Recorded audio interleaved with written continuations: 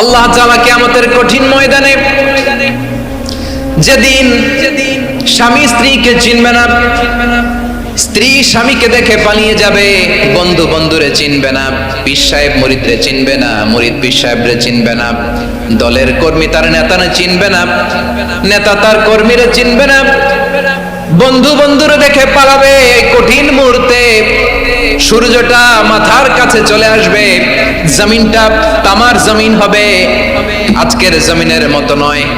মানুষ ঘর্মাক্ত, ক্লান্ত, শ্রান্ত মাথার মগজগুলো কানের ছিদ্র আর নাকের ছিদ্র দিয়ে বেয়ে বেয়ে পড়বে। বিশ্বনবী ফরমান, ময়দানে 7 শ্রেণীর ব্যক্তিকে রব্বুল আলামিন তার আরশের নিচে ছায়া দিবেন। তার মধ্যে প্রথম শ্রেণীর ব্যক্তি হলো ইমামুন আদিল। ইমামুন আদিল, ন্যায়পরায়ণ শাসক, যে ইনসাফের সাথে বিচার করে, যে জাস্টিস সমাজে সার্ভ করে, যে সুশাসন নিশ্চিত করে, ওই ইমামুন আদিল। আদিল শব্দটা বুঝছেন না? ইন্নাল্লাহা ইয়া'মুরু বিল আদল, পাইছেন? আদিল।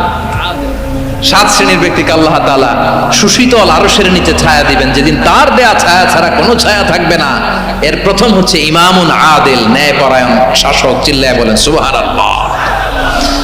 আবার বিশ্বনবী বললেন, ইন্নাল মুকসিতিনা ইনদাল্লাহি আলা মানাবিরা মিন নূর আন ইয়ামিনির রহমান। কিয়ামতের দিন যারা ন্যায় পরায়ণ হিসেবে আল্লাহর সামনে দাঁড়াবে, কিয়ামতের দিন রব্বুল আলামিন তার আরশের ডান দিকে ওই ন্যায় পরায়ণ লোকদের জন্য আরশের ডান দিকে একটা নূরের মিম্বারে তাদেরকে বসার সুযোগ করে দিবে।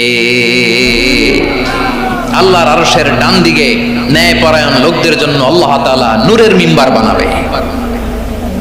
4টে কেন কথা মনে করেছেন? আল আদাল, জাস্টিস। ইন্নাল্লাহা ইয়া'মুরু বিল আদল। আল্লাহ তাআলা এই আদালতের নির্দেশনা দেয়, সুবিচার, সুশাসন। প্রিয় ভাইয়েরা, এটা আমরা বাংলাদেশে চাই কি চাই না? এই যে অরাজকতা, এই যে অন্যায়, এই যে জুলুম, এই যে ইনকনসিস্টেন্সি, সমাজের অসঙ্গতি, এর প্রধান কারণ জাস্টিস নাই, সুবিচার নাই, সুশাসন নাই। শেষবারের মতো আওয়াজ করে বলেন তো, আমরা বাংলাদেশে আদল চাই কি চাই না? তাহলে প্রথম নির্দেশনা শেষ। আল্লাহ তাআলা তোমাদেরকে আদলের আদেশ দেন। এরপর আল্লাহ বললেন, আমি তোমাদেরকে ইহসানের আদেশ দেই। ইন্নাল্লাহা ইয়া'মুরু বিল আদলি ওয়াল ইহসান। আমি তোমাদেরকে যেমনি আদলের নির্দেশনা দেই, তেমনি ভাবে তোমাদেরকে ইহসানের নির্দেশনা দেই। ইহসান, আওয়াজ করে সবাই বলেন তো ইহসান। সবাই বলেননি, সবাই বললে এতটুকু আওয়াজ হবে আমি বিশ্বাস করি না। আওয়াজ করে বলুন আল ইহসান। ইহসান মানে কারো প্রতি সফট হার্টেড হওয়া, মহানুভব হওয়া, অনুগ্রহ পরায়ণ হওয়া, অনুগ্রহশীল হওয়া, একে অপরের প্রতি দয়াদ্র হওয়া। একে অপরের প্রতি দয়াদ্র, অনুগ্রহশীল হওয়া ছাড়া মানবিক সমাজ কশিনকালেও গঠন করা সম্ভব না। প্রিয় ভাইয়েরা, সুন্দর আচরণ দিয়ে, ইহসান দিয়ে যা জয় করা যায়, নরম আচরণ দিয়ে যেটা অর্জন করা যায়, কঠোরতা দিয়ে সেটা পারা যায় না। বিষ্ণু ঈসা ইসলাম ইহসান দিয়ে, কোমল আচরণ দিয়ে, তার অনুগ্রহ দিয়ে তিনি অনেক কাফিরের হৃদয়কে জয় করে ফেলেছেন। সাইয়েদনা সুমামা ইবনে উসাল রাদিয়াল্লাহু তাআলা আনহুর কথা মনে পড়ে যায়। তিনি ছিলেন ইয়ামামার বাদশা। মদিনাতে বিশ্বনবীকে হত্যা করার নিয়তে এসেছিলেন। গোপনে গোপনে বিশ্বনবীকে হত্যা করে আবার ইয়ামামাতে তিনি ফিরে যাবেন। কিন্তু কি অবাক করা কাণ্ড, হত্যা করতে পারে নাই, সাহাবাদের হাতে তিনি ধরা পড়ে গেলেন। সাইয়েদনা সুমামা ইবনে উসাল রাদিয়াল্লাহু তাআলা আনহু হত্যার নিয়তে আসলেন, কিন্তু হত্যা করতে পারলেন না। সাহাবারা ওনাকে ধরে ফেললেন, ধরে মসজিদে নববীর পিলারের মধ্যে বেঁধে রাখলেন। সুমামা ইবনে উসাল, সিরাত থেকে শুনে, সিরাত থেকে শোনাচ্ছি, রাদিয়াল্লাহু তাআলা আনহু ইয়ামামার অধিপতি ছিলেন। ইয়ামামা বিশ্বনবীকে হত্যার জন্য আসছেন, ধরা পড়ে গেছেন, এখন মসজিদে নববীতে বেঁধে রাখছে, তার মানে বন্দী। তো এখন স্ট্যাটাস কি? বন্দী, ক্যাপটিভ। তো বিষ্ণু ঈসা ইসলাম সাহাবাদেরকে বললেন, তার খোঁজ খবর নিও, সুমামা ইবনে উসালের খোঁজ খবর নিও। সাহাবারা বলেন, ইয়া রাসূলুল্লাহ, আপনাকে হত্যা করতে এসেছে, তার তো কঠিন ক্যাপিটাল পানিশমেন্ট হওয়া দরকার, কঠিন শাস্তি হওয়া দরকার। বিশ্বনবী বললেন, না, আমি যেটা জানি তোমরা সেটা জানো না, তোমরা সুমামার সাথে ভালো আচরণ করো। বিশ্বনবী সুমামার কাছে গেলেন। প্রথম দিন যে তিনি কালেমার দাওয়াত দিলেন, ইমানের দাওয়াত দিলেন, ইসলামের দাওয়াত দিলেন, রিসালাতের দাওয়াত দিলেন, আখিরাতের দাওয়াত দিলেন। পরের দিন যে বিশ্বনবী সালাতের দাওয়াত দিলেন, যাকাতের দাওয়াত দিলেন, ইসলাম কি, কিভাবে, কেমন করে পালন করতে হয় চমৎকার আর্টিকুলেট করতে শুরু করলেন। তন্ময় হয়ে সুমামা ইবনে উসাল রাদিয়াল্লাহু তাআলা আনহু বিশ্বনবীর কথাগুলো শুনতে আরম্ভ করলো। একদিন নয়, 2 দিন নয়, টানা 3 দিন বিশ্বনবী সুমামার কাছে ইসলামকে প্রেজেন্ট করেছেন, উপস্থাপন করেছেন। আওয়াজ করে বলেন, কয় দিন? 3 দিন। 3 দিন মসজিদে নববীতে বাধা। আর সাহাবীদেরকে বললেন, তার খোঁজ খবর নিও, তোমরা যে রুটি বানাও এর মধ্যে সবচেয়ে ভালো আটার রুটিটা তারে দিও, সবচেয়ে রিফাইন্ড খেজুর, যেটা পিওর খেজুর, এটা তারে দিও। আর বিশ্বনবী নিজের উট থেকে দুধ দহন করে ওনার বাড়ির এক কর্মচারীকে বলেছেন, দুধ দহন করে সুমামার জন্য নিয়ে যেও। সুবহানাল্লাহ পড়বেন না? সবাই তো অবাক, ইয়ামামা থেকে আসছে নবীকে হত্যা করতে, বিশ্বনবী দেখে তারে জামাই আদর করে, তাকে মজার মজার খাবার দিও, দুধ দিও, আদর আপ্যায়ন করো। একদিন নয়, 2 দিন নয়, টানা 3 দিন বিশ্বনবী এভাবে সুমামার কাছে যে ইসলামকে প্রেজেন্ট করতে আরম্ভ করলেন, ইসলামকে উপস্থাপন করতে শুরু করলেন। আর তাকে চমৎকার এন্টারটেইনমেন্ট, আপ্যায়ন দিতে আরম্ভ করলেন। টানা 3 দিন যখন ইসলামের দ্য বিউটিজ অফ ইসলাম, ইসলামের সুমহান বাণী, সৌন্দর্য তার কাছে উপস্থাপন শেষ, তাকে আপ্যায়ন শেষ, বিশ্বনবী বললেন সাহাবাদেরকে, যাও এবার সুমামার হাতের পায়ের রশি দুটো খুলে দাও। সাহাবারা বললেন, ইয়া রাসূলুল্লাহ, কি বলেন আপনি? ও তো হত্যাকারী, সুযোগ পায় নাই, আপনারে মারতে পারে নাই, ছেড়ে দিলে আবার ও আপনার উপর তলোয়ার নিয়ে ঝাঁপিয়ে পড়বে। নবী, এই সিদ্ধান্ত আপনি নিতে যাবেন না। বিশ্বনবী বললেন, যেটা বলেছি সেটা করো, সুমামার রশিগুলো ছেড়ে দাও, সুমামার হাতে পায়ের রশিগুলো যে তোমরা খুলে দাও। সাহাবারা তর্ক জুড়ে দিলেন, লা ইয়া রাসূলুল্লাহ, এমনটা করবেন না, তো ভয়ঙ্কর, ভয়ঙ্কর খুনি, কি জানি কি হয়ে যায়। বিশ্বনবী বললেন, না, তার হাতে পায়ের রশিগুলো খুলে দাও।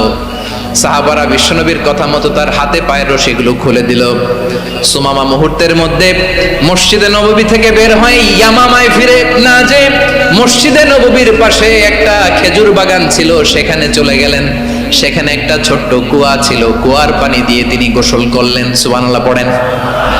কুয়ার পানি দিয়ে গোসল করে মসজিদে নববীর সামনে এসে বিশ্বনবী এবং সাহাবাদের সামনে দাঁড়িয়ে সাব্বাবা উঁচু করে বললেন, আশহাদু আল্লা ইলাহা ইল্লাল্লাহ ওয়া আশহাদু আন্না মুহাম্মাদান আবদুহু ওয়া রাসূলুহু। আল্লাহু আকবার। আমি সাক্ষ্য দিচ্ছি আল্লাহ ছাড়া কোনো ইলাহ নাই, আর মুহাম্মদ আল্লাহ তাআলার প্রেরিত বান্দা এবং রাসূল। প্রিয় ভাইরা, ইহসান দিয়ে যা জয় করা যায়, কঠোরতা দিয়ে সেটা কঠিনকালেও জয় করা যায় না। আওয়াজ করে বলেন, ঠিক না? এবার সুমামা দাঁড়িয়ে বলে, ওগো নবী, আমি তো কালিমা পড়ে মুসলমান হয়ে গেলাম, এবার শোনেন, এই মুহূর্তের আগে আপনার চেহারার চাইতে নিকৃষ্ট কোনো চেহারা আমার কাছে ছিল না, কিন্তু শাহাদা পাঠ করার পরে আপনার চেহারার চাইতে উত্তম শ্রেষ্ঠ কোনো চেহারা আমার কাছে আর নাই। ও নবী, আজকের দিনের আগে ইসলাম ধর্মের চেয়ে নিকৃষ্ট, অপছন্দনীয় কোনো ধর্ম আমার কাছে ছিল না, কিন্তু এই মুহূর্ত থেকে ইসলামের চেয়ে সেরা, শ্রেষ্ঠ, পছন্দনীয় কোনো ধর্ম আমার কাছে নাই। নবী গো, আজকের দিনের আগে মদিনার চাইতে অপছন্দনীয়, নিকৃষ্ট কোনো শহর আমার কাছে ছিল না, কিন্তু এই মুহূর্তের পর থেকে মদিনার চাইতে কোনো শ্রেষ্ঠ শহর আমার জানা নাই। সে ছিল গমের বড় ডিলার, গম বেচতো। কি বেচতো? তার গম কিনে মক্কার লোকেরা রুটি খাইতো। সে ঘোষণা দিল, আজকে থেকে মক্কাবাসীদের জন্য সব গম আমি হারাম করে দিলাম, মক্কাবাসী এখন না খেয়ে মরে। সুবহানাল্লাহ পড়বেন না? মক্কাবাসী বিশ্বনবীর কাছে আসলেন, এসে বললেন, মুহাম্মদ, আমরা তো তোমার ভাই, তোমার চাচা, তোমার ভাতিজা, তোমার আত্মীয়, তুমি সুমামারে বলো সে যেন আবার গমের সাপ্লাই মক্কার জন্য অনুমতি দিয়ে দেয়। বিশ্বনবীর অনুমতি ক্রমে সুমামা আবার মক্কাতে গম পাঠাতে শুরু করলো। পড়েন সুবহানাল্লাহ। ইহসান, ইহসান দিয়ে আপনি যেটা জয় করতে পারবেন, you can win the heart of your enemies. ইহসান দিয়ে আপনি আপনার শত্রুর হৃদয়কে জয় করতে পারবেন। আওয়াজ করে বলেন, ঠিক কিনা?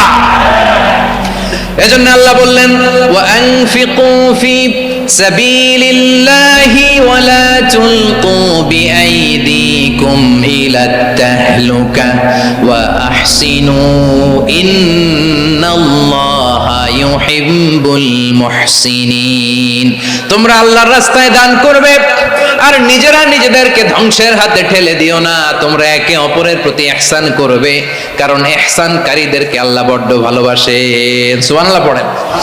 আবার সূরা রহমানে আল্লাহ বললেন হাল জাযাউল ইহসানি ইল্লাল ইহসান ফাবিআইয়ি আলা, সবাই পড়েন ফাবিআইয়ি আলাই রাব্বিকুমা তুকাযযিবান।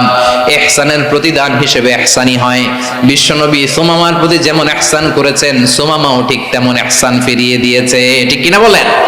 তাহলে এক নম্বরে হচ্ছে আদ, ন্যায় বিচার। দুই নম্বরে সবাই বলে ইহসান, সদাচরণ। ইহসান দুই ধরনের প্রিয় ভাইরা, ইহসান ফিল ইবাদা, ইহসান ফিল মুআমালা। ইহসান ফিল ইবাদা হচ্ছে একাগ্র অনুভবে ইবাদতে ডুব দেওয়া, এর নাম ইবাদতের ইহসান। সুবহানাল্লাহ পড়ে। বিশ্বনবী বলেন ইহসান মানে কি জানো নাকি? হাদিসে জিবরিলে সাইয়েদনা জিবরিল আলাইহিস সালাম বিশ্বনবীকে বললেন আখবিরনি আনিল ইহসান। নবী আমাদেরকে বলেন ইহসান মানে কি? বিশ্বনবী বললেন আনতা আবুদাল্লাহা কাআন্নাকা তারাহু ফাইন লাম তাকুন তারাহু ফাইন্নাহু ইয়ারাক। ইহসান মানে হলো এমন ভাবে তুমি আল্লাহর সামনে নিজেকে উজাড় করে ইবাদত করবে, তুমি ভাববে তুমি আল্লাহকে দেখতে পাচ্ছ। আর এটা যদি ভাবা তোমার জন্য কঠিন হয়ে যায়, অন্তত এতটুকু তুমি ভাববা যে আল্লাহ তোমাকে দেখতে পাচ্ছেন। ঠিক কিনা বলেন? ও আমার বীর চট্টলার ভাইয়েরা, কেউ যেটা দেখে না সেটা দেখে কে? এই বিশ্বাস হৃদয়ের মধ্যে আছে? নামাজে যখন দাঁড়ান এই ফিলিংসটা আনা যাবে? হ্যাঁ, এশার সালাত তো এখনো হয় নাই না? আলোচনা শেষে এশার সালাত এখানে অনুষ্ঠিত হবে, তাই না? আচ্ছা বলুন তো, আমরা এশার সালাত পর্যন্ত বেঁচে থাকবো এই গ্যারান্টি আছে কার কার? হাত তোলেন। কয়েকজন হাত তুলছে পেছনে, না বুঝে তুলে ফেলছে। এশা পর্যন্ত যে আমরা হায়াত পাবো কোনো গ্যারান্টি আছে? সবাই আওয়াজ করে বলেন গ্যারান্টি আছে? গ্যারান্টি নাই। এজন্য বিষ্ণু ইসলাম বলেছে এমন ভাবে নামাজে দাঁড়াও, ইবাদত করো, মনে করো হতে পারে এটাই আমার জীবনের শেষ নামাজ। পারফর্ম দ্য সালাহ as if this is your last and final prayer. এমন ভাবে সালাতে দাঁড়াও, ভাবো হতে পারে এটাই তোমার জীবনের শেষ নামাজ। এমন ভাবে নামাজে দাঁড়াও, ভাবো এটাই শেষ নামাজ। তাহলে নামাজে একাগ্রতা বাড়ায় দিবে কে? ফলে ইবাদতের ইহসান আমাদের অর্জিত হবে। আর মুআমালাতে ইহসান হলো,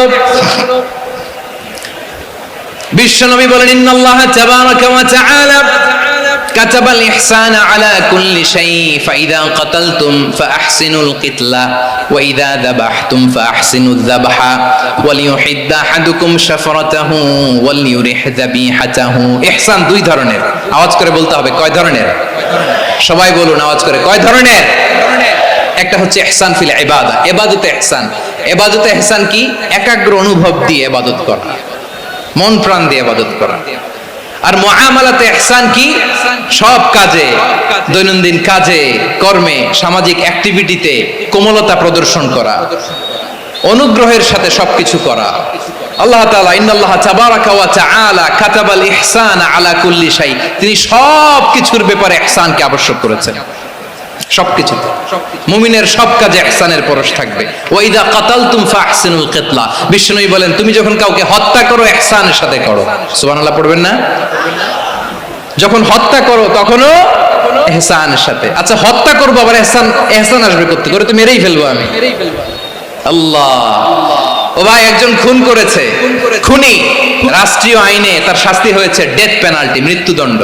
এখন মৃত্যুদণ্ড দেখে আপনি যেমনি মন চায় তেমনি মারবেন লোকটারে? ওর নাক কেটে ফেলতে পারবেন? ওর কান কাটতে পারবেন? ওর চোখ উপড়ে ফেলতে পারবেন আপনি? যেমন মন চায় তার অঙ্গহানি করা যাবে না। ইহসানের সাথে তাকে হত্যা করো। সুবহানাল্লাহ, this is Islam, this is the true essence of Islam. ওয়া ইযা যাবাহতুম ফাহসিনুয যাবহা, যখন জবাই করবে তখনও ইহসানের সাথে জবাই করো। করবো জবাই, ওইখানেও নাকি ইহসান। আচ্ছা কুরবানির দিন আমরা পশুগুলোরে কি করি বলেন সবাই আওয়াজ করে? জবাই। জবাই মানে তো এটার মেরেই ফেলতেছি, একটু পরে তো টুকরো টুকরো করে গোশতগুলো খাবো, এটা তো খাবো। এটা তো মেরেই ফেলবে। বিষ্ণু বলে না, জবাইয়ের মধ্যেও মুমিনের জবের ভেতরেও ইহসানের পরশ থাকা চাই। যখন জবাই করবে প্রাণীটাকে হাত পা টাইট করে বেঁধে নাও, ছুরিটাকে শার্পেন করে নাও, ধারালো করে নাও, যাতে অল্প সময়ে জবাইটা হয়ে যায়, প্রাণীটা যাতে কম কষ্ট পায়। সুবহানাল্লাহ পড়ে। দিস ইজ কল্ড ইহসান। ইহসান আল্লাহ তাআলা যেমনি আদলের আদেশ করেছেন, ন্যায় বিচার জাস্টিস এনশিওর করতে বলেছেন, সমাজে ইহসানের ব্যবহার, ইহসানের অনুশীলন তিনি করতে বলেছেন। এজন্য মুমিনের প্রতিটি কাজে, আমার চট্টগ্রামের ভাইয়েরা আমার দিকে তাকান, খেয়াল করে শুনুন, মুমিন জীবনের প্রতিটি কাজে ইহসানের পরশ থাকা চাই। আমরা যেন আমাদের পরিবারের প্রতি ইহসান করি, আমরা যেন আমাদের কর্মচারীদের প্রতি ইহসান করি, আমরা যেন আমাদের কলিগদের প্রতি ইহসান করি, আমরা যেন আমাদের ভাইদের প্রতি ইহসান করি। মুমিন জীবনের প্রতি কাজে ইহসানের পরশ থাকার দরকার আছে না নাই? কথা বুঝতে পেরেছেন? তাহলে আল্লাহ তাআলার তিনটা আদেশ ছিল, কয়টা গেল? ভুলে গেছে, ভুলে গেছে চট্টগ্রাম। তিনটা আদেশের মধ্যে কয়টা বললাম? প্রথমে কি ছিল? আদল। 2 নম্বরে, 3 নম্বরে রব্বুল আলামিন বললেন ওয়া ইতাইদিল কুরবা, নিকটাত্মীয়দেরকে দান করো, নিকটাত্মীয়দেরকে দাও, যারা তোমাদের ব্লাড কানেকশনের আত্মীয় তাদেরকে তোমরা দাও। এখানে জেনারেলি বললেন দাও, কি দিব সেটা তিনি এখানে বলেন নাই, সেটা তিনি সূরাতুল ইসরার মধ্যে বলেছেন। আল্লাহ বলেন ওয়া আতিদাল কুরবা হাক্কা, নিকট আত্মীয়দেরকে তাদের অধিকার, তাদের প্রাপ্য তোমরা বুঝিয়ে দাও। দেখেন, একটা শান্তির সমাজ, একটা সমৃদ্ধ সমাজ, একটা মানবিক সমাজ গঠনের জন্য আল্লাহ তাআলা বেশি না, মাত্র 3টা অর্ডার, 3টা ভার্ডিক্ট তিনি জারি করেছেন। 1 নাম্বার সুশাসন, ন্যায় বিচার। 2 নাম্বার ইহসান। 3 নাম্বার নিকটাত্মীয়, যারা কাছের, তোমার ভেরি ক্লোজ রিলেশনশিপে আছে, তাদেরকে দাও। দাও, দিলে বাড়িয়ে দেয় কে? অনেকে দিতে চায় না, কৃপণতা করে। দিলে বাড়ায় দেয় কে? ও মিয়া, মদিনার মধ্যে সবচাইতে গরিব সাহাবী ছিল বেলাল রাদিয়াল্লাহু তাআলা আনহু। ওনার এন্টায়ার অ্যাসেট, সম্পদের পরিমাণ কতদূর জানেন? একটা লুঙ্গি। বেলাল রাদিয়াল্লাহু তাআলা আনহু, ওনার টোটাল ওয়েলথের এস্টিমেশন হচ্ছে মাত্র একটা লুঙ্গি। একটা লুঙ্গি, টোটাল ওয়েলথ এস্টিমেশন, টোটাল সম্পদের পরিমাণ বেলাল রাদিয়াল্লাহু তাআলা আনহুর কি ছিল? কথা বোঝে নাই বোধহয়। কি ছিল? ওই বেলাল রাদিয়াল্লাহু তাআলা আনহুকে বিষ্ণু ইসলাম বলেছেন আনফিক ইয়া বেলাল, ও বেলাল তুমিও দাও। ওয়ালা তাখশা মিন যিল আরশি ইখলালা, আরশের অধিপতির তো কোনো ঘাটতি নাই, তুমি দিলে ওই আল্লাহ তোমারে বাড়ায় দিবে। এজন্য আমার প্রিয় ভাইয়েরা, দিলে কমে না, দিলে বাড়ে। অনেকে ধরে রাখে, নতুন কিছু নিতে পারে না, হাত দিয়ে যেটা ধরে রেখেছেন এটা দিয়ে দেন, বড় একটা ধরার সুযোগ পাবেন। জোরে বলেন ঠিক কিনা? ধরেন 5 কেজি ওজনের একটা ধরে রাখছেন, এখন 10, এটা না ছাড়লে 10 কেজি ধরতে পারবেন আপনি? আচ্ছা, 10 কেজির জিনিস একটা আছে হাতে, ওইটা যদি ছেড়ে দেন তাহলেই না 15 কেজি ধরতে পারবেন। কথা বলেন ঠিক কিনা? তাহলে দিলে বাড়িয়ে দেয় কে? রব্বুল আলামিন বললেন 3 নাম্বার আদেশ হলো তোমাদের প্রতি সমাজটারে কেমন করে মানবিক সমাজ, সুন্দর সমাজ গড়বা।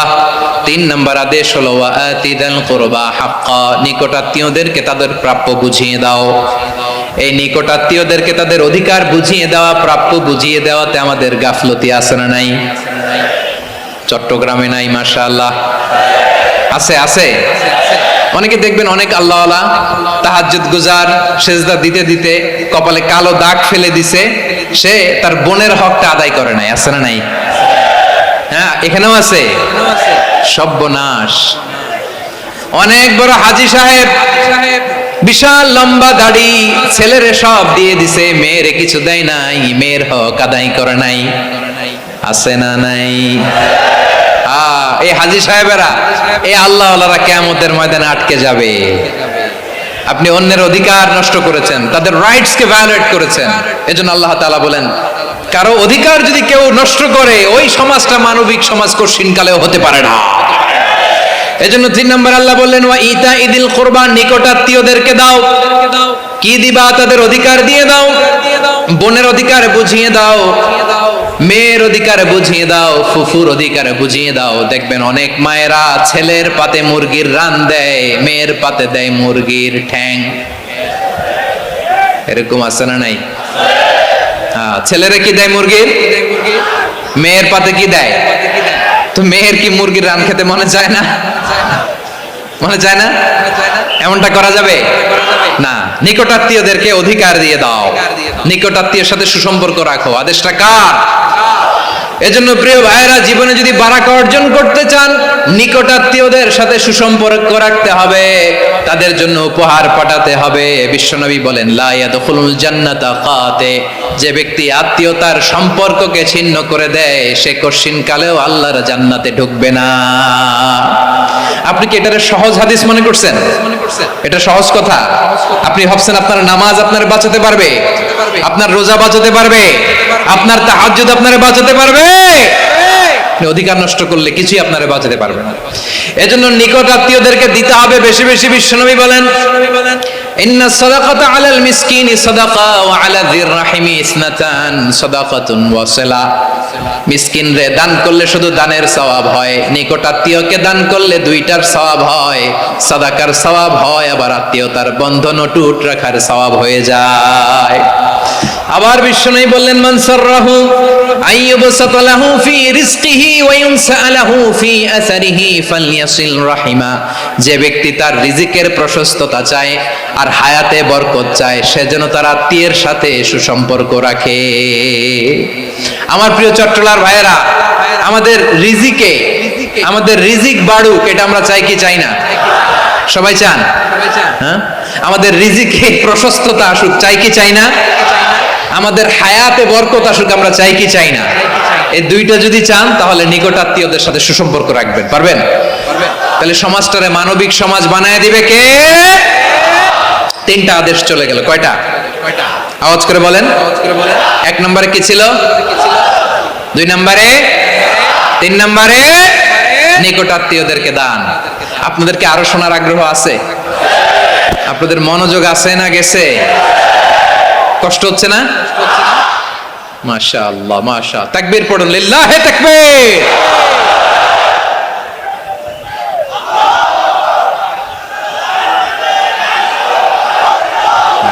মাশাআল্লাহ।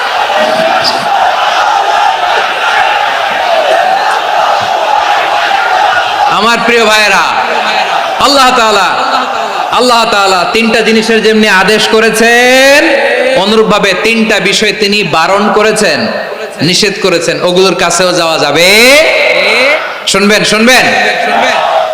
রাব্বুল আলামিন বলেন, ওয়ায়ানহা আনিল ফাহশাই ওয়াল মুনকারি ওয়াল বাগি।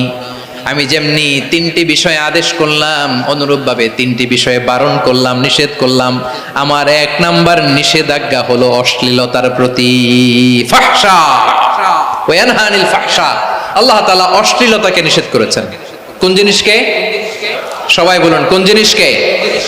যত ধরনের, যত টাইপের, যত ক্যাটাগরির অশ্লীলতা হতে পারে, সব অশ্লীলতাকে হারাম করেছেন কে? ফাহশা মানে কি? কথায়, কাজে, আচরণে, কমেন্ট, ফেসবুকের কমেন্টসে যত ধরনের নোংরামো আছে, যত ধরনের অশ্লীলতা আছে, এটাকে আরবিতে বলে ফাহশা। এটাকে কি বলে? রাব্বুল আলামিন বলেন, কুল ইন্নামা হারামা রাব্বিয়াল ফাওয়াহিশা মা যাহারা মিনহা ওয়া মা বাতান। ও নবী, আপনি বলে দেন, আমার রব প্রকাশ্য, অপ্রকাশ্য, স্পষ্ট কিংবা অস্পষ্ট, দৃশ্যমান কিংবা অদৃশ্যমান সব অশ্লীলতাকে হারাম করেছেন। সব ধরনের অশ্লীলতা হারাম, সব ধরনের। আল্লাহ তাআলা আমাদেরকে অশ্লীলতা থেকে বাঁচান, অশ্লীলতা থেকে তিনি আমাদেরকে হেফাজত করুক। পড়েন আমিন। এবার বলেন, আমাদের সমাজে অশ্লীলতা আছে না নাই? চট্টগ্রামে নাই? আমি কই নাই, ওনারা বলে আছে। দেখছেন, আমি সামহাও বাঁচায় দেওয়ার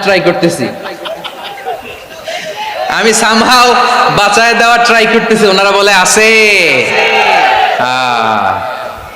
অশ্লীলতা নানা ভাবে, নানা নামে, নানা মোড়কে আমাদের সমাজে আছে না নাই?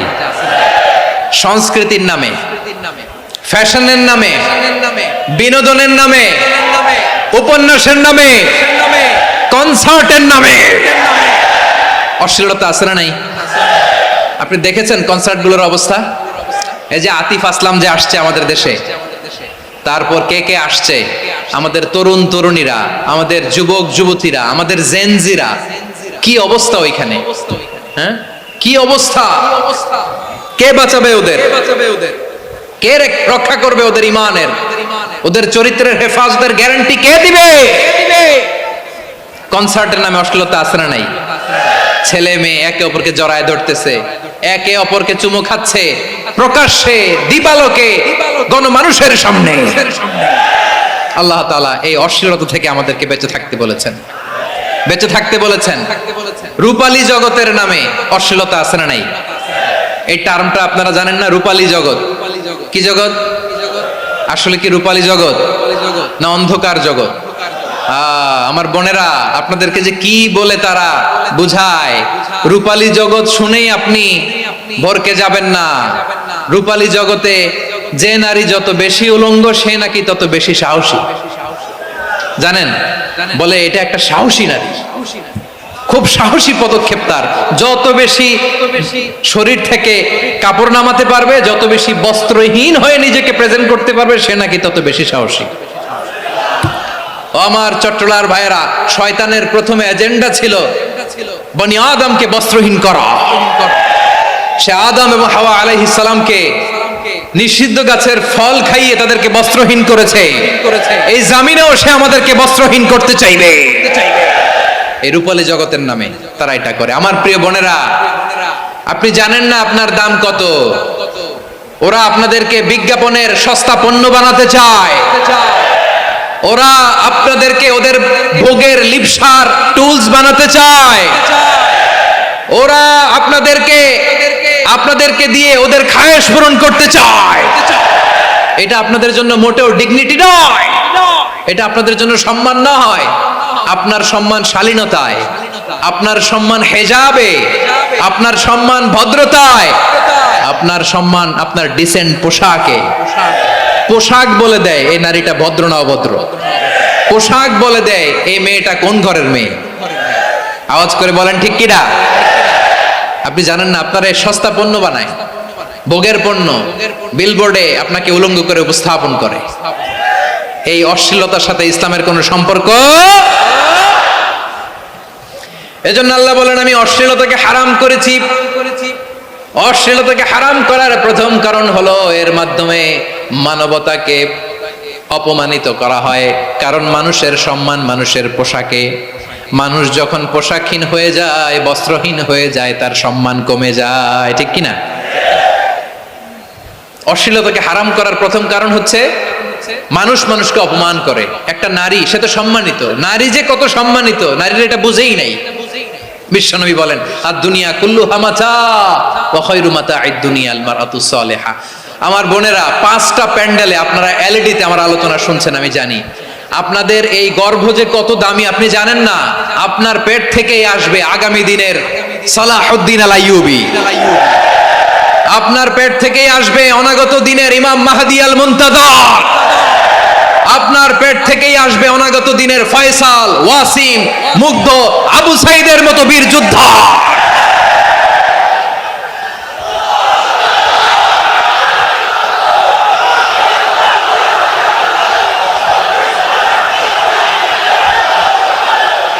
আমার প্রিয় বোনেরা, আমার প্রিয় বোনেরা, বিশ্বনবীর কথার ওজন খেয়াল করেন। আর দুনিয়া কুল্লুহা মাতা ওয়া খায়রু মাতা'আদ দুনিয়া আল মারআতুস সালিহা। দুনিয়ার সবকিছুই অ্যাসেট, এর মধ্যে সবচেয়ে দামি অ্যাসেট নেককার নারী। আপনার গর্ভ যে কত দামি আপনি জানেন না। নিজের সময়টাকে কাজে লাগান, কোরআন পড়েন, সুন্নাহ পড়েন। আপনার অনেক দায়িত্ব ঘরে। You are the MD of your family. একটা family it's a very big institution. পরিবার একটা অনেক বড় প্রতিষ্ঠান। and you are the MD of your institution. আপনি এই পরিবারের MD, managing director of your family. এখানে আপনার কত দায়িত্ব। আপনি ছেলে মেয়েদেরকে তারবিয়া করবেন, আপনি আপনার স্বামীর জন্য ঘরটারে জান্নাতের নীর বানাবেন, আপনার জন্য জান্নাতের ডুপ্লেক্স বাড়ি ওইখানে তৈরি করে রাখবে কে? আপনি যে কত দামি আপনি জানেন না। নারীদেরকে আল্লাহ বানিয়েছেন উচ্চতর করে, নিম্নতর নয়। নারীদেরকে ছোট্ট জিনিস দিলে এটার বড় করে দেয়, নারীদেরকে ভ্রূণ দিলে, শুক্রাণু দিলে নারী এটারে বাচ্চা হিসেবে উপহার দেয়, ঠিক কিনা? বিয়ের মাধ্যমে স্বামী যখন তার শুক্রাণু তার স্ত্রীকে উপহার দেয়, স্ত্রী রিটার্নে কি উপহার দেয়? ফুল ফর্ম বেবি, মানব সন্তান। দেখছেন, আপনি দিলেন একটুকুনি দিছে বিশাল। আপনি যদি নারীকে বাজার এনে দেন, নারী এটাকে সুস্বাদু খাবারে রূপান্তর করে দেয়। আপনি তাকে একটা মুচকি হাসি দিয়ে দেন, সে তার কলিজা দিয়ে দেয়। কিন্তু যদি আপনি তার মনে কষ্ট দেন, সে আপনার জীবনকে জাহান্নাম বানায়া দেয়। খবর আছে, নারীর মন বুঝতে পারলে নেয়ামত, বুঝতে না পারলে কিয়ামত, ঠিক কিনা বলে? কত দামি আপনি জানেন না, জানেন না আপনি কত দামি, অনেক দামি আপনি। আপনাদেরকে যেন ভোগের সস্তা পণ্য বানাতে না পারে, আপনাদেরকে সচেতন থাকতে হবে, সজাগ থাকতে হবে, কনসার্ন থাকতে হবে। শয়তানের ওই হাতছানির দিকে আর নজর দেওয়া যাবে না। তাহলে কেন আল্লাহ তাআলা এই ফাহশা অশ্লীলতাকে হারাম করলেন? এক নাম্বার, এতে হিউম্যান ডিগনিটি কমে। দুই নাম্বার, এতে মানুষের অধিকার নষ্ট হয়। আপনি বিয়ে করেছেন, এরে পরকিয়া করেন, ওর সাথে এরকম আছে না নাই? স্ত্রীর অধিকার নষ্ট করেছেন। আপনি বিবাহ সম্পর্কে আবদ্ধ হয়েছেন তার সাথে, আপনি পরকিয়া করেন ওই ছেলের সাথে, আপনি আপনার হাজবেন্ডের সাথে বিট্রে করেছেন। এজন্য আল্লাহ অশ্লীলতাকে হারাম করেছে। অশ্লীলতাকে হারাম করার আরেকটা কারণ হচ্ছে আল্লাহ তাআলা এই হিউম্যান জেনারেশনকে এটাকে প্রিজার্ভ করতে চায়।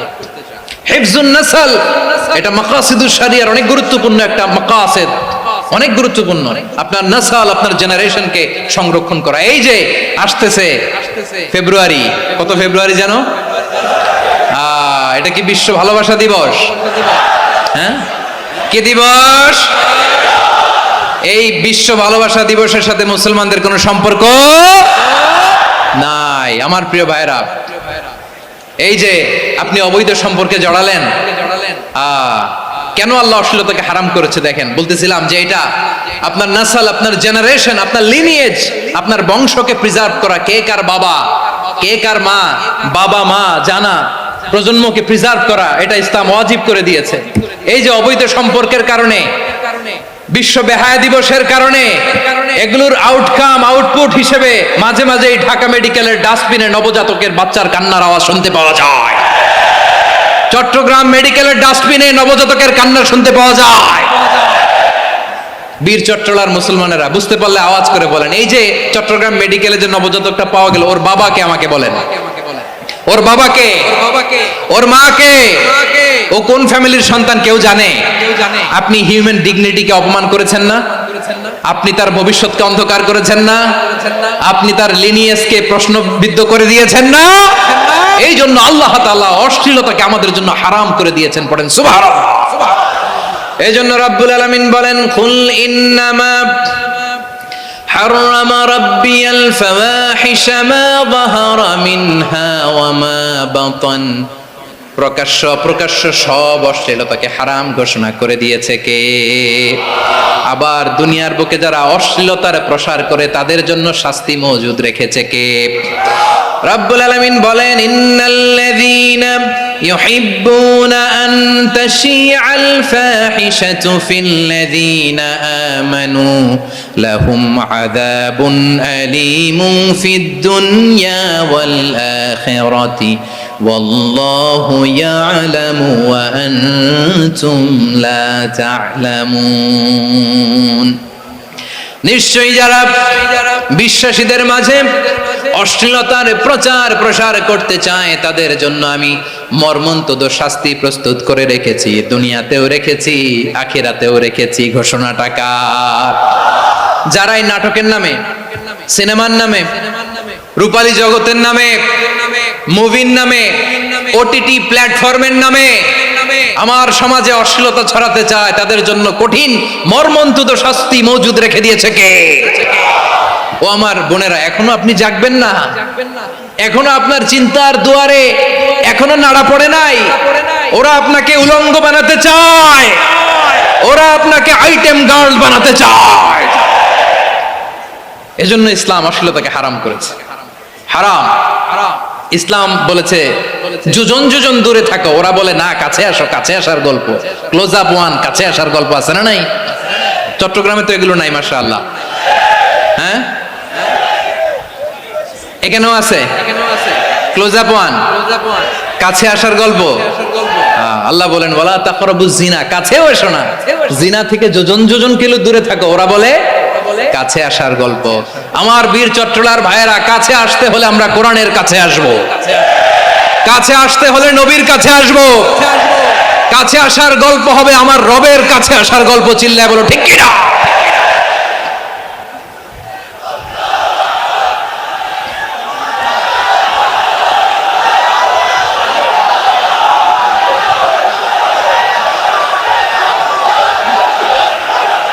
বসুন বসুন আমার ভাইয়েরা। তাহলে অশ্লীলতার সাথে আমাদের কোনো সম্পর্ক? সবাই বলতে পারেননি, আওয়াজ করে বলুন, অশ্লীলতার সাথে আমাদের কোনো সম্পর্ক? আমরা এই সমস্ত ক্লোজ আপ ওয়ান, কাছে আসার গল্পের প্রোগ্রামে যাব? আমরা কোন ধরনের অশ্লীল কন্টেন্ট সোশ্যাল মিডিয়ায়, টিভিতে দেখব? কি যুগ যে আমরা কাটাচ্ছি আপনি কল্পনা করতে পারবেন না। পর্ন ইন্ডাস্ট্রি,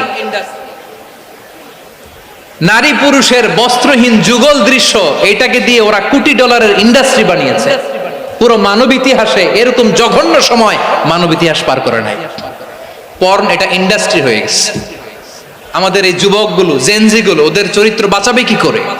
কেমন করে হেফাজত করবে ওদের এই মূল্যবান চরিত্র?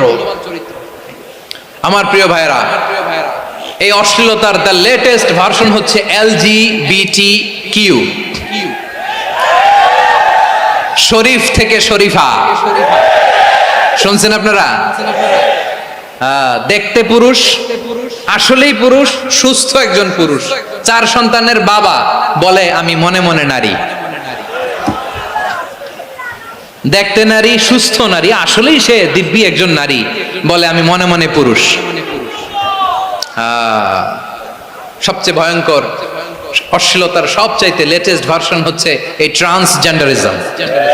সুস্থ পুরুষ তার বায়োলজিক্যাল গ্রোথকে হরমোন দিয়ে স্টপ করে দিয়ে সে সার্জারি করে নারী হতে চায়, সুস্থ নারী পুরুষ হতে চায়। পুরুষ পুরুষের প্রতি সেক্সুয়ালি আকর্ষণ বোধ করে। এটা লূত আলাইহিস সালামের কওমের মধ্যে ছিল। এটাকেও আল্লাহ কোরআনে ফাহিশা বলেছেন। ওয়ালুতান ইয ক্বালা লিকাওমিহি আতাতুনাল ফাহিশাতা মা সাবাকাকুম বিহা মিন আহাদিম মিনাল আলামিন। লূত আলাইহিস সালাম বললেন, তোমরা কি এমন এক অশ্লীল কার্যক্রমে ডুব দিলে নাকি যেটা গোটা বিশ্বের কেউ কখনো করে নাই, তোমরাই প্রথম করেছো? পড়েন নাউযুবিল্লাহ। এই পশ্চিমের এই রোগ আমার দেশে যেন আসতে না পারে, আমাদের সজাগ থাকতে হবে। প্রিয় ভাইরা, চিল্লায় বলেন ঠিক কিনা? পশ্চিমের অবস্থা ভয়ঙ্কর। পাশ্চাত্যে, আমি যুক্তরাষ্ট্রে ছিলাম অনেকদিন, কয়েক মাস, বিভিন্ন স্টেটে ঘুরেছি। গার্ডিয়ানরা উদ্বিগ্ন, ছেলে মেয়েদেরকে, ছোট্ট ছেলে মেয়ে, ওদেরকে জিজ্ঞেস করে, তুমি how do you feel right now inside yourself? তুমি ভিতরে ভিতরে কেমন ফিল করো? তোমার কি ছেলে ছেলে লাগে না মেয়ে মেয়ে লাগে? আচ্ছা বলেন, এই ছোট্ট বাচ্চাটাও কি এগুলো জেন্ডার অ্যাসাইনমেন্ট বলতে এগুলো কিছু বুঝে? এইভাবে মিসগাইড করা হচ্ছে। কৌতূহল বশত ছোট্ট ছেলে যদি বলে আমার তো মেয়ে মেয়ে লাগে, তখন বলে যে না তুমি মেয়ে, ছেলে না। মা বাবা বাধা দিলে ওকে আলাদা গভর্নমেন্ট হাউসে নিয়ে যায়। ভয়ঙ্করতম অবস্থা। আমরা একটা সময়ে শুনতাম যে হুজুর আমার ছেলেটা খুব ভালো, হাফেজে কোরআন, আল্লাহওয়ালা। হুজুর আমার ছেলে দাড়ি রাখছে, আল্লাহওয়ালা। হুজুর আমার ছেলে 5 ওয়াক্ত সালাত জামাতের সাথে পড়ে, তার মানে আল্লাহওয়ালা। পশ্চিমে যে আমি কি শুনছি জানেন? ওরা বলে হুজুর আমার ছেলেটা ইউনিভার্সিটির একটা মেয়ের সাথে প্রেম করে, ও খুব আল্লাহওয়ালা, হুজুর দোয়া করবেন। এর কারণ ওদের কাছে আল্লাহওয়ালার ক্রাইটেরিয়া হচ্ছে হুজুর আমার ছেলেটা আরেক ছেলের পছন্দ করে নাই, আমার মেয়েটা আরেক মেয়েকে ভালোবাসে নাই, এজন্য আমার ছেলেটা আল্লাহওয়ালা, হুজুর ওর জন্য একটু দোয়া করে দিয়েন। কি চ্যালেঞ্জ ওরা ফেস করতেছে। ওনার ছেলে যে আরেক ছেলেরে বিয়ে করবে না, এটাতেই উনি খুশি যে আলহামদুলিল্লাহ আমার ছেলেটা একটা মেয়েরে ভালোবাসে, আমার মেয়েটা একটা ছেলেরে ভালোবাসে, মানে এটা খুব আল্লাহওয়ালা। নাউজুবিল্লাহ পড়তে পারলেন না? এজন্য অশ্লীলতার সাথে আমাদের কোনো সম্পর্ক। রাব্বুল আলামিন বলেন ওয়ায়ানহা আনিল ফাহশাই ওয়াল মুনকারি ওয়াল বাগি, 3টা জিনিসকে আমি নিষিদ্ধ করলাম। 1 নাম্বার হলো ফাহশা, অশ্লীলতা। 2 নম্বরে হলো মুনকারের সমস্ত মন্দ কাজ। আপনাদের মনোযোগ আছে? না শেষ করে দিব? আর 2-1 মিনিট শুনবেন? আচ্ছা বলি তাহলে, আর 2-1 মিনিট। তাহলে নিষেধাজ্ঞা জারি করেছেন 3টা জিনিসের উপর। 1 নাম্বার কি? ফাহশা, অশ্লীলতা। 2 নাম্বার মুনকার। মুনকার মানে হচ্ছে যত মন্দ কাজ, খারাপ কাজ, বাজে কাজ, এটার বলে মুনকার। এটার কি বলে? আপনারা পড়ছেন না, তা'মুরুনা বিল মা'রুফি ওয়া তানহাউনা আনিল মুনকার। ভালো কাজের আদেশ, সৎ কাজের আদেশ, অসৎ কাজের নিষেধ। মুনকার, মুনকার হচ্ছে মানুষের স্বাভাবিক বিবেকবোধ যেটাকে খারাপ বলে, ওইটাই মুনকার। পৃথিবীর সব আসমানি গ্রন্থ যেটাকে খারাপ বলেছে, মানুষের স্বাভাবিক বিবেকবোধ যেটাকে খারাপ বলেছে, এগুলো সব মুনকার। যেমন ইফটিজিং, এটা কি ভালো না খারাপ? মজুদদারি, খাদ্যে ভেজাল দেওয়া, ওজনে কম দেওয়া, মাছে ফরমালিন মিশানো, চাঁদাবাজি, টেন্ডারবাজি, দখলবাজি, এগুলো আমাদের স্বাভাবিক বিবেকেই বলে এগুলো খারাপ, এগুলো হচ্ছে মুনকার। আল্লাহ তাআলা এই মুনকার থেকে আমাদেরকে বেঁচে থাকতে বলেন, আর শয়তান এই মুনকারের প্রতি আমাদেরকে উদ্বুদ্ধ করে। আল্লাহ তাআলা বললেন, ইয়া আইয়ুহাল্লাযীনা আমানু লা তাত্তাবিউ খুতুওয়াতিশ শাইতান ওয়া মান ইয়াত্তাবি' খুতুওয়াতিশ শাইতানি ফাইন্নাহু ইয়া'মুরু বিল ফাহশাই ওয়াল মুনকার। আল্লাহ বললেন, আমার গোলামেরা শোনো শোনো, ও আমার বিশ্বাসী বান্দারা খবরদার, তোমরা কশিনকালেও শয়তানের পদাঙ্ক অনুসরণ করবে না, কারণ শয়তান তোমাদেরকে অশ্লীলতা এবং মন্দ কাজের দিকে উদ্বুদ্ধ করে। আমাদের কাজ হচ্ছে শয়তান আমাদেরকে যেদিকে নিতে চায় আমরা তার উল্টা দিকে যাব, ঠিক কিনা বলে? শয়তান এই মন্দ কাজকে আমাদের কাছে বিউটিফাই করে, চাকচিক্যময় করে আমাদের সামনে উপস্থাপন করে। এজন্য আল্লাহ বলেন, মুনকারকে থামাতে হবে, মুনকার প্রতিরোধ করতে হবে। মুনকার প্রতিরোধের দায়িত্ব শুধু আমাদের নাকি? শুধু আপনার খতিব সাহেবের, ইমাম সাহেবের, নাকি মুসলিম উম্মার সবার? আওয়াজ করে বলুন, মুনকার অসৎ কাজ প্রতিরোধের দায়িত্ব কার? রাব্বুল আলামিন বলেন, কুনতুম খায়রা উম্মাতিন উখরিজাত লিন-নাসি তা'মুরুনা বিল মা'রুফি ওয়া তানহাউনা আনিল মুনকার। তোমাদেরকে শ্রেষ্ঠ জাতি করে জমিনের মধ্যে আবির্ভূত করা হয়েছে, যাতে করে তোমরা জমিনের ভেতরে সৎ কাজের আদেশ করতে পারো আর অসৎ কাজের নিষেধ করতে পারো। উম্মাহ, কুনতুম খায়রা, তাহলে গোটা উম্মার দায়িত্ব, এটা বুঝতে পারছেন তো? আচ্ছা, আরো নিচে আসেন। এরপরে আল্লাহ বললেন, শুধু উম্মা না, এই জমিনের রাজত্ব আমি যাদের হাতে দেই, এই জমিনের মালিক আমি যাদেরকে বানিয়ে দেই, যাদেরকে আমি সরকারের দায়িত্ব দেই, তাদেরকেও মুনকার প্রতিরোধের দায়িত্ব দিয়েছে কে? আল্লাহ বলেন, যারা ক্ষমতার মসনদে বসেছে তাদেরকে 4 দফা কর্মসূচি আমি আল্লাহ দিলাম। আওয়াজ করে বলেন, কয় দফা? আল্লাহ বলেন, আল্লাযীনা ইম্মাক্কান্নাহুম ফিল আরদি আকামুস সালাতা ওয়া আতাউয যাকাতা ওয়া আমারু বিল মা'রুফি ওয়া নাহাউ আনিল মুনকার ওয়ালিল্লাহি আকিবাতুল উমুর। যারা এই জমিনের উত্তরাধিকার হয়েছে তারা 4 দফা কর্মসূচি নিয়ে সামনে আগাবা। সালাত কায়েম করবা, যাকাত আদায় করবা, সৎ কাজের আদেশ দিবা, অসৎ কাজ থেকে মুনকার প্রতিরোধ করবা। আদেশটা কার? আমার প্রিয় চট্টলার ভাইরা, পুরো উম্মার দায়িত্ব মুনকার প্রতিরোধ করা, সরকার প্রধানের দায়িত্ব মুনকার প্রতিরোধ করা। এরপর আল্লাহ বলেন, প্রতিটা ফ্যামিলির যিনি প্রধান সিইও বাবা, প্রত্যেক বাবারও দায়িত্ব এই মুনকার প্রতিরোধ করা। আওয়াজ করে বলেন, ঠিক কিনা? যেমনটি সাইয়েদনা লুকমান আলাইহিস সালাম ওনার কলিজার টুকরা সন্তানকে আদেশ করেছেন, ইয়া বুনাইয়া আকিমিস সালাতা ওয়া'মুর বিল মা'রুফি ওয়ানহা আনিল মুনকার। পড়েন সুবহানাল্লাহ। বাবা ছেলেকে সবক দিচ্ছে। কে সবক দিচ্ছে? কাকে? লুকমান আলাইহিস সালাম ছেলেকে বলতেছে, ওরে আমার কলিজার টুকরা সন্তান, ওরে আমার বাছা, নামাজ কায়েম করবা, সৎ কাজের আদেশ দিবা, আর মুনকার প্রতিরোধ করবা, অসৎ কাজ, সমাজ থেকে খারাপ কাজকে ঝেঁটে বিদায় করে দিবা। তাহলে দেখেন, আমি স্টেপ বাই স্টেপ নামলাম। পুরা উম্মার দায়িত্ব। জমিনের উত্তরাধিকারী আল্লাহ যাদেরকে বানিয়েছেন, সরকার তাদের দায়িত্ব, প্রতিটি ফ্যামিলির প্রধানের দায়িত্ব। এরপরে বিশ্বনবী বলেন সচেতন প্রতিটি মুসলিমের দায়িত্ব সমাজ থেকে মুনকারকে উৎখাত করা। বিশ্বনবী বলেছেন মান রাআ মিনকুম মুনকারান ফালিয়ুগাইয়িরহু বিয়াদিহি ফাইন লাম ইয়াস্তাতি ফাবিলিসানিহি ওয়া ইন লাম ইয়াস্তাতি ফাবিকলবিহি ওয়া যালিকা আযআফুল ঈমান। সমাজে যে মুনকার দেখবে, খারাপ কাজ দেখবে, সে যেন হাত দিয়ে সেটাকে থামায়। কি দিয়ে? আপনাদের তো হাত নাই না? হাত আছে, হাত আছে। ওরা যেই হাত দিয়ে অন্যায় করে ওইটা প্রতিরোধের জন্য আমাদেরও হাত আছে না নাই? থামাতে হবে, থামাতে হবে।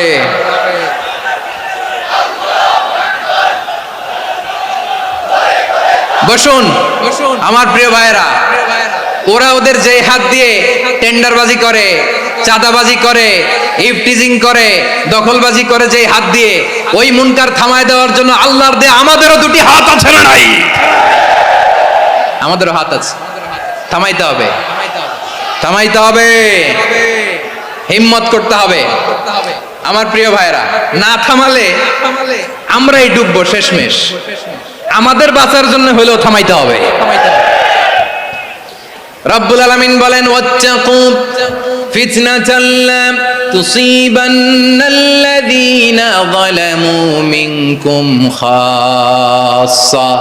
ও আমার গোলামেরা, ওই আযাবকে ভয় করো যে আযাব যখন আমি জমিনের বুকে পাঠাই শুধু জালেমদেরকেই মারি না, আলেমদেরকেও মারি। আযাব যখন আসে তখন শুধু জালিমই মরে না, আলেমও মরে। জানেন মুসা আলাইহিস সালামের পায়ে একবার একটা লাল পোকা কামড় দিয়েছে, লাল পিঁপড়া। লাল পিঁপড়া কামড় দিলে খুব আরাম লাগে না? কি লাগে? হ্যাঁ, জ্বলে না? লাল একটা পিঁপড়া কামড় দিছে, তো উনি রেগে মেগে পাশি দেখে লাল পিঁপড়ার বাসা, পা দিয়ে ডলে মুছে সবগুলো পিঁপড়া মেরে ফেলছে। এই ঘটনাটা আল্লাহ ঘটিয়েছেন এজন্য মুসা আলাইহিস সালাম ছিলেন কালিমুল্লাহ, সরাসরি আল্লাহর সাথে কথা বলতেন। তিনি আল্লাহকে জিজ্ঞেস করেছিলেন, আল্লাহ তুমি যখন কোনো জনপদে আযাব পাঠাও, শাস্তি দাও, ওখানকার শুধু জালেমরাই তো মরে না, ভালো মানুষগুলাও মরে, তো আযাব দিবা মুশরিকদের উপর দিবা, অবাধ্যদের উপর দিবা, ভালো মানুষগুলারে মারো কেন? আল্লাহ বললেন, মুসা তোমার যে কামড় দিছিল পায়ের মধ্যে পিঁপড়া, কয়টা পিঁপড়া? জোরে বলেন। একটা পিঁপড়া, তো সবগুলারে মারলা কেন? রেগে মেগে পুরো পিঁপড়ার বাসা ভেঙে মেসাকার করলা কেন? এই মুসা, আমি যখন অ্যাকশনে যাই, আমি যখন শাস্তি দেই, তখন এত বাস বিচার করা হয় না, বাস বিচার করা যায় না। যখন অ্যাকশনে যাওয়া হয় ওইটা ডাইরেক্ট অ্যাকশন হয়ে যায়। চিল্লায় বলো ঠিক কি না? এজন্য আমাদের বাঁচার জন্য হলে ওই পাপ থামাতে হবে, এই শয়তানের অট্টহাসি থামাতে হবে, অন্যায় অপরাধ সমাজ থেকে আমাদের থামাতে হবে। কারণ আযাব আসলে ওরাও মরবে, আমরাও মরবো। একটা জাহাজ 2 তলা, আপনি আছেন 2য় তলায়, শুনতেছেন? শুনতেছেন? জাহাজ কয় তলা? আপনি কোন তলায়? 2য় তলায়। নিচের তলার কিছু লোক জাহাজের তলা ছিদ্র করতে আরম্ভ করছে।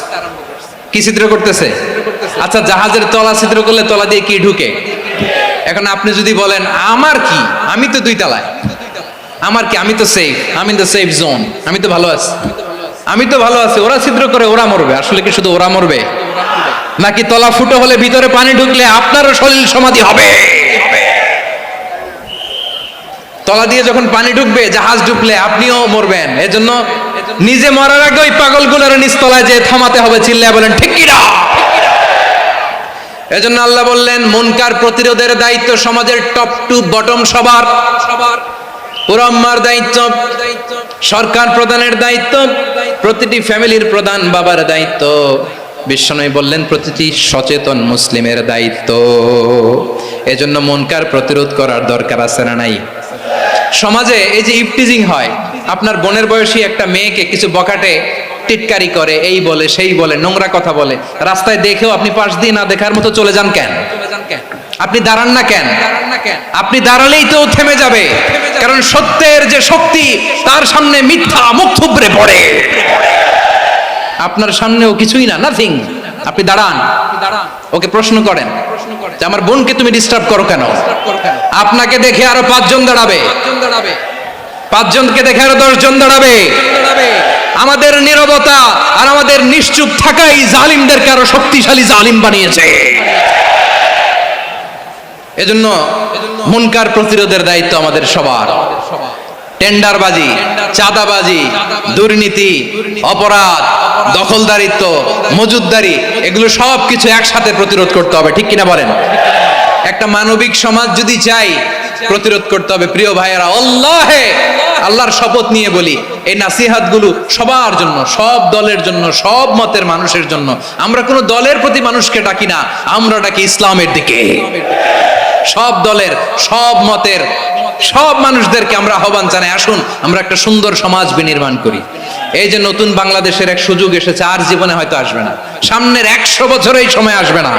আসুন দেশটাকে আমরা সাজাই, আসুন আমরা দুর্নীতি বন্ধ করি, আসুন আমরা চাঁদাবাজি বন্ধ করি, আসুন আমরা দখলদারিত্ব বন্ধ করি, আসুন আমরা এক দল আরেক দলকে নিশ্চিহ্ন করার যে রাজনীতি, এটা বন্ধ করি।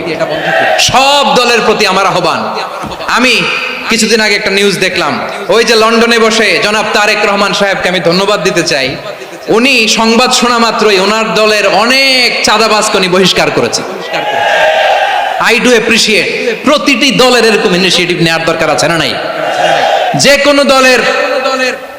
যে কোনো দলে এই প্র্যাকটিসটা থাকার দরকার আছে না নাই? চাঁদাবাজদের সাথে আপনারা নিজেদেরকে মুক্ত ঘোষণা করবেন যে এরা আমার দলের কর্মী হতে পারে না। আমরা চাঁদাবাজ মুক্ত বাংলাদেশ চাই, জুলুম মুক্ত বাংলাদেশ চাই, ফ্যাসিজম মুক্ত বাংলাদেশ চাই, গুণ খুন খারাপি মুক্ত বাংলাদেশ চাই। আমরা নতুন ভোরের বাংলাদেশ চাই। ওই বাংলাদেশ পাওয়ার জন্য মুনকার প্রতিরোধে, অন্যায় প্রতিরোধে যদি বাঘের বাচ্চার মতো, আবু সাইদের মতো 2 হাত উঁচু করে বুককে টান টান করে প্রসারিত করে দাঁড়াতে হয়, রাজি আছো মুসলমান? কারা কারা রাজি? আল্লাহকে হাত দেখিয়ে প্রতিজ্ঞা করো।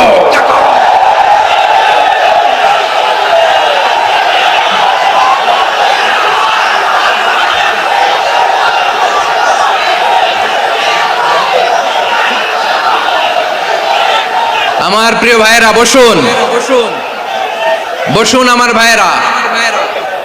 রাব্বুল আলামিন বলেন, ওয়ায়ানহা আনিল ফাহশাই ওয়াল মুনকারি ওয়াল বাগি ইয়াইদুকুম লাআল্লাকুম তাযাক্কারুন। বসুন।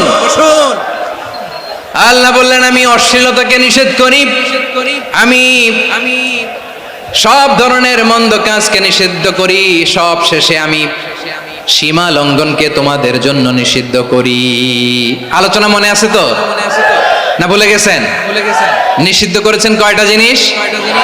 1 নম্বরে অশ্লীলতা, 2 নম্বরে মুনকার তথা সব মন্দ কাজ, 3 নম্বরে আল বাগি, সীমা লঙ্ঘন, ক্রসিং দ্য লিমিট। সীমা লঙ্ঘন করা ভালো না। We all should know our limits. চিল্লায় বলেন ঠিক কিনা?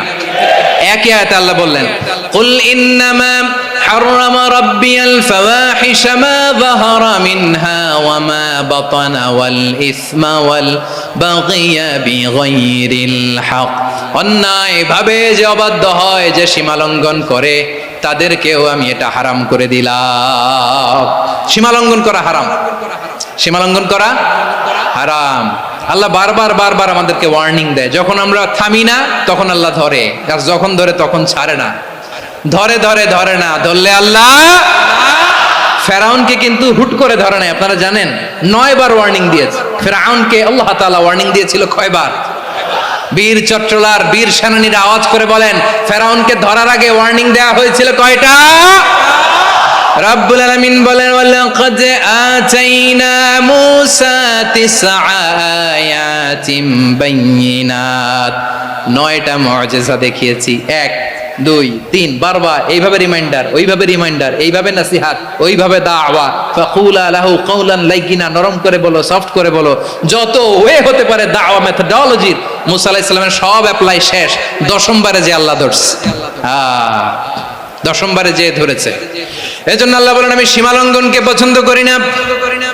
কোরআনের অন্য আয়াতে বাগীকে বলা হয়েছে আল ইতিদা, সীমা লঙ্ঘন যারা করে তাদেরকে আল্লাহ বলেছেন মুতাদিন। ওয়াকাতিলু ফি সাবিলিল্লাহিল্লাযীনা ইউকাতিলুনাকুম ওয়ালা তা'তাদু ইন্নাল্লাহা লা ইউহিব্বুল মুতাদিন। আমি সীমা লঙ্ঘনকারীদেরকে কোশ্চিনকালেও পছন্দ করি না। আমরা যেন সীমা লঙ্ঘন না করি। রাজি আছেন তো? যে কোনো ক্ষেত্রে ইবাদতে যেন সীমা লঙ্ঘন না করি। অনেকে আমরা ইবাদতে সীমা লঙ্ঘন করে ফেলি। বিশ্বনবী সাল্লাল্লাহু আলাইহি ওয়াসাল্লাম যেটা শিখিয়েছেন এর বাইরে যে অতিরিক্ত বুজুর্গ হতে চায় এরকম আছে না নাই? করা যাবে না, কোনো ক্ষেত্রেই সীমা লঙ্ঘন করা যাবে, এমনকি যুদ্ধ ক্ষেত্রেও না। বিষ্ণু ইসলাম বলেন খবরদার যুদ্ধ ক্ষেত্রেও সীমা লঙ্ঘন করো না। কি সুন্দর ইসলাম আমরা পেয়েছি। বিশ্বনবী বলেন খবরদার যুদ্ধের ময়দানে কোনো নারীর গায়ে হাত তোলো না, কোনো শিশুর গায়ে হাত তোলো না, কোনো গবাদি পশু হত্যা করো না, কোনো শস্য ক্ষেত্র ধ্বংস করো না, ইবাদতরত অন্য ধর্মের কোনো সন্ন্যাসীর গায়ে হাত তোলো না। বলেন সুবহানাল্লাহ। তাহলে আমরা সীমা লঙ্ঘন করতে পারবো? প্রিয় ভাইরা, একটা সুখী সমৃদ্ধ শান্তির সমাজ, মানবিক সমাজ যদি আমরা গঠন করতে চাই, আমাদের আল্লাহর দেয়া কয়টা আদেশ মানতে হবে বলেন দেখি? সবাই বলেন কয়টা? আর বেঁচে থাকতে হবে কয়টা জিনিস থেকে? আওয়াজ করে বলেন কয়টা? আচ্ছা, আদেশ নাম্বার 1 কি ছিল বলেন? আল্লাহর আদেশ কি? 1 নাম্বার আদাল, ন্যায়পরায়ণতা। আমরা সুবিচার, সুশাসন, ন্যায় বিচার চাই কি চাই না? 2 নম্বরে কি ছিল? মাশাআল্লাহ, আওয়াজ করে বলেন 2 নম্বরে কি ছিল? ইহসান। আমরা যেন সবার প্রতি দয়া পরবশ হই, ইহসান করি। 3 নম্বরে কি ছিল? নিকটাত্মীয়দের দান করা, তাদের অধিকার প্রাপ্য বুঝিয়ে দেওয়া। পাশাপাশি 3টা জিনিস থেকে আল্লাহ বারণ করেছেন, নিষেধ করেছেন। তার প্রথমটা ফাহশা, অশ্লীলতা। অশ্লীলতার সাথে আমাদের কোনো সম্পর্ক। আজকের এই ঐতিহাসিক চট্টগ্রামের প্যারেড ময়দান থেকে আমরা যত ধরনের মা যাহারা মিনহা মা বাতান, প্রকাশ্য অপ্রকাশ্য, দৃশ্যমান অদৃশ্যমান, সব অশ্লীলতা থেকে নিজেদেরকে মুক্ত ঘোষণা করলাম। অশ্লীলতাকে আমরা না বলে দিলাম। আওয়াজ করে সবাই বলুন নো। অশ্লীলতার সাথে আমাদের কোনো সম্পর্ক। 2 নম্বর নিষেধাজ্ঞা কি ছিল? আল মুনকার, সমাজের যত মন্দ কাজ এগুলোকে আমরা প্রতিরোধ করব। রাজি আছেন তো সবাই? 3 নম্বরে আল বাগি, সীমালঙ্ঘন। কোন মুসলিম সীমালঙ্ঘন করে না, এমনকি যুদ্ধ ক্ষেত্রেও না। আওয়াজ করে বলেন ঠিক কি না? রাব্বুল আলামিন শেষে বললেন ইয়াইদুকুম লাআল্লাকুম তাযাক্কারুন। আল্লাহ তোমাদেরকে উপদেশ দেন যাতে তোমরা শিক্ষা গ্রহণ করো। আমরা উপদেশ দেব, আমরা জোর করে কাউরে কিছু মানাতে চাই না। লা ইকরাহা ফিদ্দিন ওয়াযাক্কির ফাইন্না যিকরা তানফাউল মুমিনিন। উপদেশ দিলে এটা মুমিনদের কাজে দেয়।